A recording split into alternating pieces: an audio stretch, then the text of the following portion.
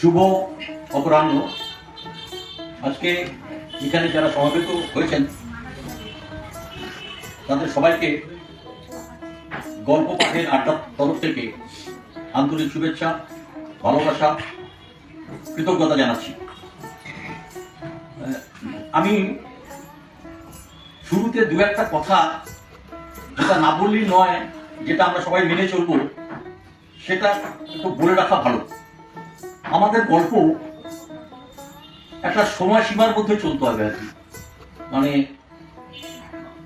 সময়টা যদি, যিনি সবচেয়ে বড় গল্প লিখেছেন তিনি যদি 30-35 মিনিটে সেটা পাঠ করেন, সেটা খুব ভালো হবে, খুব ন্যায্য হবে, অন্যের প্রতি সেটা সুবিচার হবে। 1 নম্বর। 2 নম্বর কথা, আমি কথা দিচ্ছি সঞ্চালক হিসাবে, আমি কোনো গল্প নিয়ে আলোচনা আমি 1 মিনিটের বেশি করব না। যারা অন্যান্য যারা গল্প নিয়ে আলোচনা করবেন তাদের প্রত্যেকের কাছে অনুরোধ থাকবে তারা যেন 1-2 মিনিটের মধ্যে, ম্যাক্সিমাম হলো 2 মিনিটের মধ্যে আলোচনাটা, 1 লাইনার, 2 লাইনার, 3 লাইনার তার মধ্যে আলোচনাটা সীমাবদ্ধ থাকে। এই হলটাকে সবসময় বৈঠকখানার যারা লোকজন তারা আমাদের জন্য এটাকে ব্যবহার করতে দিয়ে আমাদের কৃতজ্ঞতার পাশে আবদ্ধ করে রেখেছেন। আমি তাদের অগ্রিম শুভেচ্ছা দিয়ে দিচ্ছি। আমি প্রথমে ডেকে নেব সত্যমকে। সত্যম ভট্টাচার্য, বরিষ্ঠ লেখক, এখন ওকে তরুণ বলা যাবে না, একটা জায়গায় এসছে, বরিষ্ঠ লেখক। অঙ্কুশ কর্মকার ও গল্প পাঠ করবে। আমি সবাই সত্যমকে আর চেনেন আপনারা, আমি একটু সত্যমকে উঠে দাঁড়িয়ে যারা আছেন শ্রোতাবর্গ তাদের কাছে ইন্ট্রোডাকশন দিতে হবে।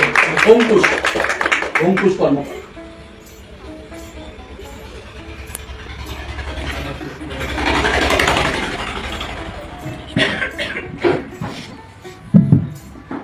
হ্যালো,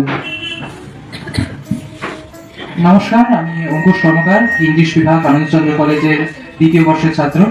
আমি আজকে যে গল্পটা পাঠ করতে চলেছি তার নাম হলো আসলে যা হয়, সত্যম ভট্টাচার্যের লেখা। তো শুরু করলাম। বর্ষাকাল, সারাদিন ধরে টিপটিপ করে বৃষ্টি পড়ছে, সাথে ঠান্ডা বাতাস। বড় বড় গাছগুলি হাওয়ার সাথে অনবরত মাথা দুলিয়ে যাচ্ছে। তাদের মাছ দিয়ে বয়ে যাওয়া হাওয়া আওয়াজ উঠছে সরসর করে। একটানা ব্যাঙগুলো ডাকছে পুকুরের দিকে। চারদিকে গাছের পাতা পড়ে গ্রামের বাড়ির পথঘাট উঠোন এতটাই পিছল হয়েছে যে চলাফেরা করাই দায়। বাড়িতে কেউ নেই। সকালে একটুখানি পড়াশোনা করে নিয়ে তারপর থেকে শুধুই বৃষ্টি দিচ্ছি জানলা দিয়ে। কি সবুজ যে লাগছে গাছগুলোকে, এতটাই যে পাতা থেকে গড়িয়ে পড়া জল দেখে মনে হচ্ছে যেন এক এক ফোঁটা সবুজেই গড়িয়ে পড়ছে। ওদিকে আকাশের মুখ ঘন কালো, এমন ভার হয়ে আছে যে একটা কিছু দিয়ে গোচা দিলেই যেন ঝরঝর করে আরো জল পড়বে। পুরোনো একখানা স্বপন কুমার খুঁজে পেয়েই সেটা পড়ছিলাম বিছানায় শুয়ে বৃষ্টি দেখতে দেখতে। এইসব দিনের মেজাজের সাথে বেশ ভালোই খাপ খেয়ে গিয়েছিল। জ্যাঠামশাই যখন কিরে খেতে আসবি না বলে ডাকলেন, মুখ তুলে দেখলাম বাড়ি ঘড়ির কাঁটা অনেকটাই গড়িয়ে গেছে। আমি আসছি বলে তাড়াহুড়ো করে স্নান সেরে ওদের বাড়ি গিয়ে দেখি জেঠিমা খিচুড়ি আর ডিম ভাজা রেখেছেন, সাথে পাঁপড়। আহা, বাদলা দিনে এর থেকে ভালো খাবার আর কিছু হতে পারে নাকি?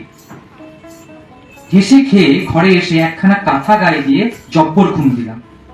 উঠে দেখি সন্ধ্যা হয়ে এসেছে প্রায়, বৃষ্টিও একটু ধরেছে। মনে পড়লো আজ পড়া আছে। একদমই যদিও মন চাইছে না এই পরিস্থিতিতে ঘর থেকে বেরোতে, কিন্তু স্যার একটা কিসের জন্য আজ অবশ্যই যেতে বলেছিলেন, না গেলে পরদিন আবার খুব বকবেন। তাই মনে মনে যাওয়াই ঠিক করলাম। রেডি হয়ে বই খাতা সব গুছিয়ে নিয়ে তালা দিয়ে রাস্তায় নামলাম। সন্তর্পণে হাঁটতে হাঁটতে যেতে হবে, যা পেছল আছাড় না খেয়ে খেতে হয় আবার।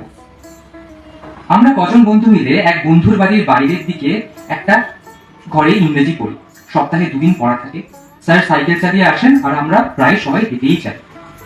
বাড়ি থেকে সেই বন্ধুর বাড়িতে পৌঁছতে গেলে মিনিট 10 হাঁটতে হয়, বড় রাস্তা ধরে। আমি কিন্তু ও পথ দিয়ে যাই না, আমাদের পাড়ার পেছন দিয়ে একটা খুব সরু গলি আছে, পাশাপাশি দুজনও ঠিক মতো হাঁটা যায় না এমন, আমি সেখান দিয়েই যাই। ঘড়ি ধরে দেখলে এই সরু রাস্তাটা দিয়ে যেতে মিনিট 3 সময় লাগে, কিন্তু রাস্তাটা একটা সমস্যা আছে। এত ঝোপঝাড়, ঘন গাছপালা, লতাপাতা সেখানে, যে দিনের বেলাতেই ঠিক মতো আলো ঢোকে না। তাই তার মধ্যে দিয়ে যেতে গা তো একটু ছমছম করে, বিশেষত সন্ধ্যাবেলায়। আরো একটা ব্যাপার আছে সেখানে, সে পথে পরে নুনি চ্যাটার্জির বাড়ি। আমাদের গ্রামের পুরোহিত, ভালো মানুষ, দেখলেই হেসে কথা বলেন, স্নিগ্ধ, শান্ত, সৌম্য চেহারা, মায়া ভরা গলার আওয়াজ। অনেকটা জায়গা নিয়ে ওনার বাড়িটা, গাছপালায় ভর্তি, ছায়া ছায়া। গ্রামের প্রায় অনেকটাই বাড়ি যেমন হয় ঠিক তেমন। কিন্তু লোক বলে অমাবস্যা রাতে নাকি উনি তন্ত্র চর্চা করেন, অনেক রাত পর্যন্ত গাছের নিচে ধুনি জ্বালিয়ে কি সব করেন, অনেকেই নাকি দেখেছেন। তার মধ্যে একটা গাছ আছে, তার নিচেই নাকি চ্যাটার্জির পঞ্চমন্দির আসন, আর গাছটা ঠিক রাস্তার পাশে। আমি যে ওসবে বিশ্বাস করি না তা নয়, তবে বন্ধুরা সাথে থাকলে দু চারটে বড় বড় কথা কখনো সখনো বলে ফেলি। আর পড়তে যাওয়ার সময় সেই সরু রাস্তায় যাই বটে, কিন্তু সাধারণত ওই পথে আমি ফিরি না। আজও অভ্যাস মতো বেশ খানিকটা চলে এসেছি। চ্যাটার্জিদের বাড়িটা দেখা যাচ্ছে, আর রাস্তার পাশেই সেই গাছটা। বুকের ভেতর কেমন যেন থকথক করে উঠল। এমন বর্ষার দিন, আকাশ কালো করে আছে, অন্ধকারে পেছল রাস্তা, বৃষ্টি পড়ছে দু এক ফোঁটা, এর মধ্যে দিয়ে কি ঠিক হবে যাওয়া? মনে মনে ভাবলাম কি যে করি। আবার ভাবলাম এখনো দিনের আলো একটু আছে, চলে তো যাই, ফেরার সময় দেখা যাবে। এখন আবার ওপরে যেতে গেলে দেরি হয়ে যাবো। কোন রকম বই খাতাগুলোকে শক্ত করে ধরে ঠাকুরের নাম নিতে নিতে রাস্তা ধরলাম। অদ্ভুতভাবে স্যার কিন্তু সেদিন পড়ালেন না। আমার বন্ধুরা বেশ খানিকক্ষণ কুলতামি করলাম, ভূতের কথা উঠছিল, বললাম আমার একদমই ওসবে বিশ্বাস নেই। তারপর যখন বেরুবো ভাবছি, টিনের চালে আওয়াজ পেয়ে বুঝলাম আবার মুষলধারায় বৃষ্টি শুরু হয়ে গেল, সাথে বজ্রপাত। বই খাতা গুছিয়ে প্যান্ট গুটিয়ে আমরা 3 বন্ধু মিলে রাস্তায় নামলাম, কিন্তু বৃষ্টির যা জোর তাতে ছাতা প্রায় কোনো কাজেই আসে না। পা চালিয়ে চলতে লাগলাম সবই। ঠিক যে জায়গাটায় বড় রাস্তা থেকে সেই সরু গলিটা আলাদা হয়ে ডান দিকে ঢুকে যায়, সেখানে এসে বন্ধুরা আমাকে বললো, তুই আর এত বৃষ্টিতে খামোখা অতটা ঘুরবি কেন, চলে যা না এই দিক দিয়ে। আমি আর ওদেরকে বলতে পেরে উঠলাম না যে ওই রাস্তায় চ্যাটার্জিদের বাড়ি পড়ে, রাস্তার পাশেই পঞ্চমন্দির আসন, আমরা এই রাস্তা দিয়ে যেতে খুব যে ভয় লাগে, ইত্যাদি ইত্যাদি ইত্যাদি। খানিক আগেই অনেক বড় বড় কথা বলেছি, লজ্জায় করে শেষমেশ সেই দিকেই ঢুকতে হলো। ঘুটঘুটে অন্ধকারে সেই সরু গলিটার মধ্যে দিয়ে ঢুকে পড়েছি। বিদ্যুৎ চমকাচ্ছে ঘন ঘন, বৃষ্টি মনে হয় আরো বেড়ে গিয়েছে। আমি মনে মনে ভগবানকে ডাকছি, আজকের মতো রাস্তাটা পার করিয়ে দাও ঠাকুর, আর কোনোদিন এই পথ দিয়ে আসবো না। প্রচন্ড শব্দে একটা বাজ পড়লো, কড়কড় চেয়ে পড়ে চারদিক কাঁপিয়ে। তার আলোতে দেখলাম আর কয়েক পা এগোলেই সে পঞ্চমন্দির আসন, আর সেখানেই ঝোপঝাড় লতা পাতার মধ্যে সাদা শাড়ি পরে কে যেন একটা দাঁড়িয়ে আছে। এক মুহূর্তে সেই সাদা শাড়ি দেখলাম, আর তারপরই চারদিকে আবার ঘুটঘুটে অন্ধকার। আমার যে হঠাৎ কি হলো বলতে পারি না। মাগো বলে একটা চিৎকার করে প্রাণপণে দৌড়তে শুরু করলাম, আর তাতেই বুঝলাম ভীষণ একটা ভুল করে ফেলেছি, কারণ আমার পেছনে পেছনে ছুটছে সেই সাদা শাড়ি। পেছনে গিয়ে তাকানোর সাহস পাচ্ছি না, কিন্তু স্পষ্ট শুনতে এবং বুঝতে পারছি তার পায়ের নুপুরের আওয়াজ আমার পেছনে পেছনে ছুটছে। আমি যত জোরে ছুটছি সেও তত জোরে ছুটছে, মাটির ওপর পিছলে যাচ্ছে আমার পা। এক হাতে বই খাতা আর এক হাতে ছাতা নিয়ে খুব একটা যে বেশি দৌড়তে পারলাম তা না, দড়াম করে আছাড় খেয়ে পড়লাম রাস্তার উপর। কোথায় গেল সেই ঘুটঘুটে অন্ধকারে বইপত্র ছাতা সব?